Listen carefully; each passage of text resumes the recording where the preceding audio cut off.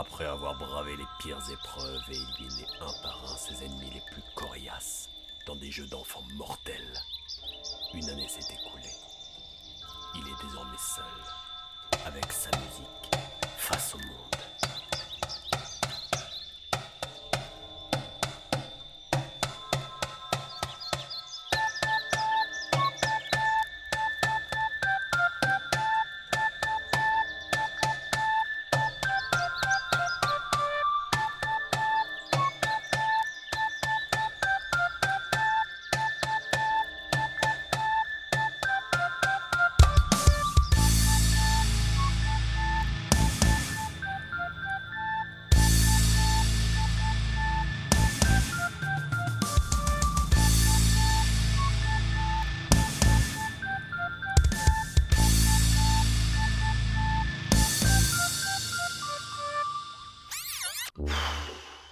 Vous avez mis 1 an à écrire cette daube. Non mais lisez la suite.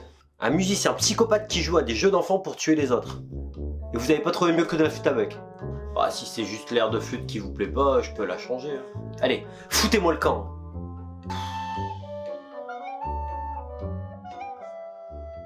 Salut à tous, c'est Frankie. Bon oui, ça fait un bail, mais je suis bien de retour sur ma chaîne YouTube et ça me fait vraiment plaisir. Et aujourd'hui, après le succès de la série coréenne Odigo Game, alias Squid Game sur la plateforme Netflix, eh bien j'aimerais vous parler dans cette vidéo de la culture et de l'histoire du jeu en Corée du Sud.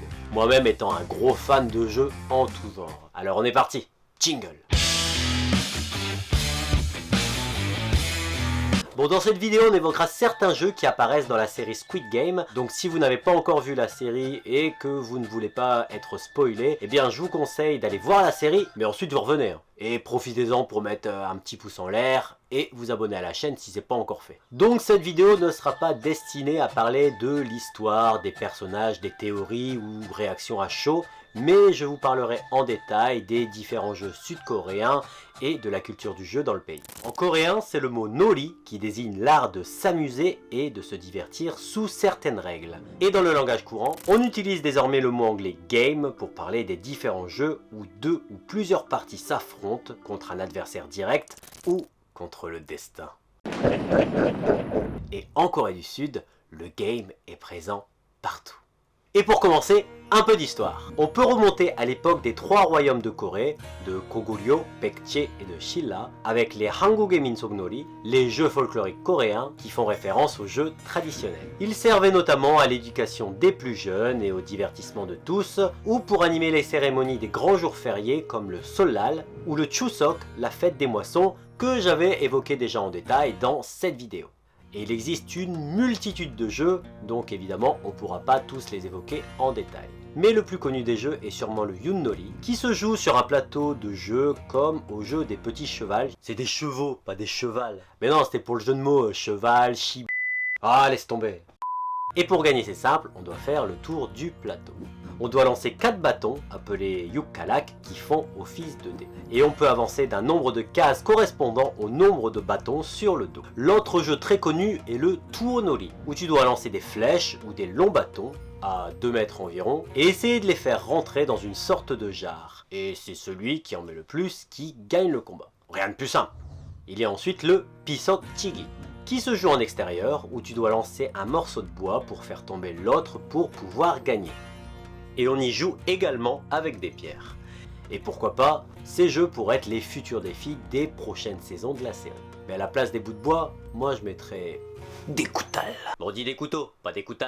Ah c'est bon, c'était pour... Ah ta gueule.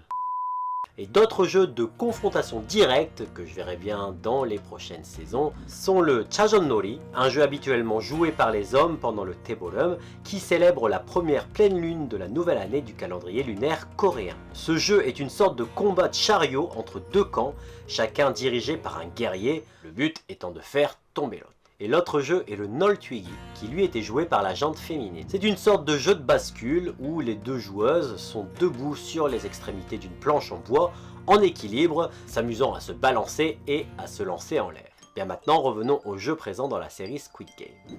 Dès le début de la série, on se retrouve dans le monde du jeu, puisque l'une des premières scènes se passe dans un masae, Bon, le PMU de chez nous, quoi. Où le héros fait des paris de course hippiques. Les Coréens, comme en France, aiment et jouent souvent aux paris sportifs et aux jeux de hasard. Sachez également que, sûrement à cause de leur côté flambeur, la plupart des casinos en Corée du Sud sont interdits aux Coréens.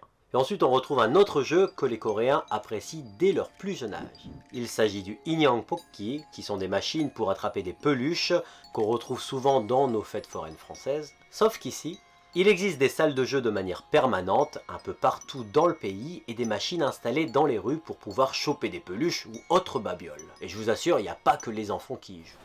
Moukour.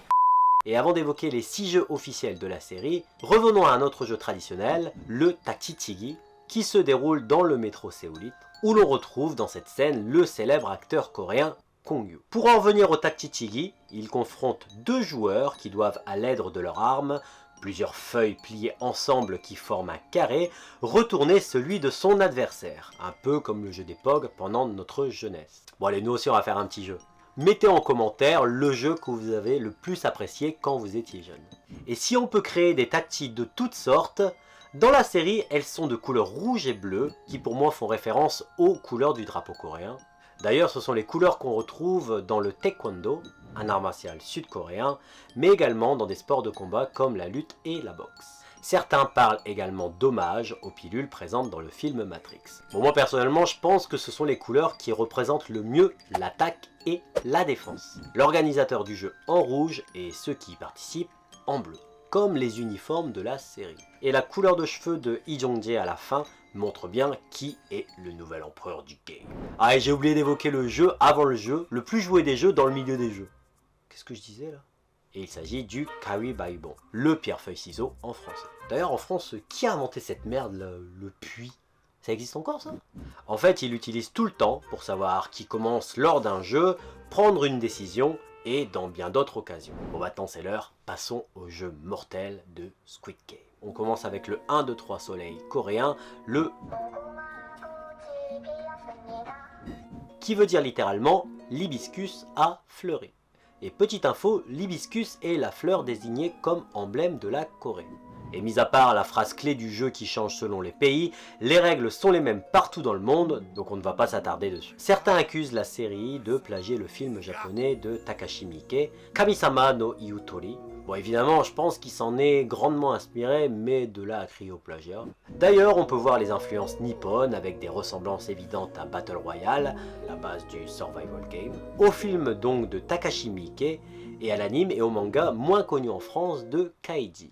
Nous avons ensuite le jeu qui était sûrement le plus méconnu, c'est le Soltang Pokki, ou le Dalgona, une confiserie qui est populaire auprès des gamins depuis les années 60. Les créateurs et vendeurs, la plupart du temps des ajoshi ou des ajuma, sont installés près des écoles. Pour le faire, on y mélange du sucre et du bicarbonate de soude et on fait tout chauffer sur le feu. Et le but du jeu est de bien découper à l'aide d'une aiguille ou d'un objet pointu, comme une épingle à nourrice, la forme qui se trouve au centre du biscuit sans le casser. Passons au troisième jeu, le Chultaligi, ou le tir à la corde. A noter que c'est le premier jeu qui se passe en équipe. L'équipe doit tirer la corde de leur côté et faire tomber l'équipe adverse. Pratiqué en Asie, notamment au Vietnam, aux Philippines ou en Corée du Sud, il s'agit encore d'un jeu traditionnel folklorique. A la base, il avait pour but de marquer un nouveau cycle agricole et souhaiter une prospérité de l'agriculture et le bien-être de sa communauté. Sans enjeu majeur, les plus âgés, hommes, femmes et les plus jeunes, se mélangeaient et se réunissaient en équipe pour s'affronter. Et les anciens, déjà experts, donnaient des conseils aux plus jeunes, encore néophytes. Et la série fait peut-être référence à cette anecdote coréenne. Après, c'est juste mon opinion. Ce jeu, devenu même sport olympique entre 1900 et 1920, est l'une des épreuves phares des journées sportives dans les écoles sud-coréennes. A noter la petite référence aux Jeux Olympiques de Séoul, où la première édition du Squid Game se serait également passée en 1988. Et passons à la quatrième épreuve, celle des billes, le Kuseulchigi. Et joué dans le monde entier, les règles peuvent diverger selon les enfants qui, souvent, reprennent les règles de base et en inventent des nouvelles entre eux. Bon, ça c'est quand t'étais jeune, mais quand tu vieillis, tu préfères la pétanque et le pastis. Mais bon, chacun son kiff, hein. Bon, et comme 1, 2, 3 soleil, on va pas s'attarder sur ce jeu qui doit être sûrement connu de tous. Enfin, je crois. Le 5e jeu est le Jinggomtali Komnogi. A la base, c'est un pont formé de pierre qui permet de traverser une rivière ou un plan d'eau. La règle du jeu est simple, marcher sur un plot ou une sculpture sur laquelle on peut avancer pour traverser le parcours. Et le jeu aide également à mieux contrôler son corps et son équilibre. A noter que c'est peut-être le seul jeu des 6 qui fait appel à la chance du tirage, vu que dans la série on y voit un énorme avantage d'y jouer dans les derniers. Passons au dernier jeu, le Ojingo Nori, Ojingo Game ou Squid Game. Le jeu du calamar en français, dont les règles sont expliquées au début de la série, est un jeu le plus souvent joué par les garçons et selon les régions, le nom du jeu peut différer. Ce jeu était plus à la mode dans les années 70-80 et Hwang Dong-hyuk, le réalisateur de la série, y jouait régulièrement quand il était plus petit. Venons-en maintenant aux games coréens auxquels on joue et on pratique fréquemment dans la vie courante. La plupart des jeux présents dans la série sont des jeux d'enfants. Et de toute façon, il n'y a pas d'âge pour l'amusement. À commencer par les plus âgés. Il ne vous sera pas rare de voir des personnes âgées jouer dans les parcs ou dans la rue au jeu du Paduk, plus connu en France sous le jeu de Go. Il oppose deux adversaires qui placent à tour de rôle des pierres, respectivement noires et blanches, sur un plateau quadrillé. Et le but est de construire des territoires pour y contrôler le plan de jeu. Et si en France on aime jouer à des jeux de plateau et également aux jeux de cartes, comme la belote, le tarot ou le poker, mais en Corée il existe un jeu de cartes dont raffolent beaucoup de Ajumma, il s'agit du Go-Stop.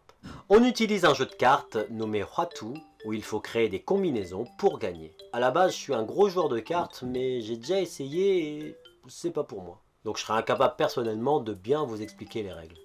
Et le plus important dans ce jeu, c'est ça.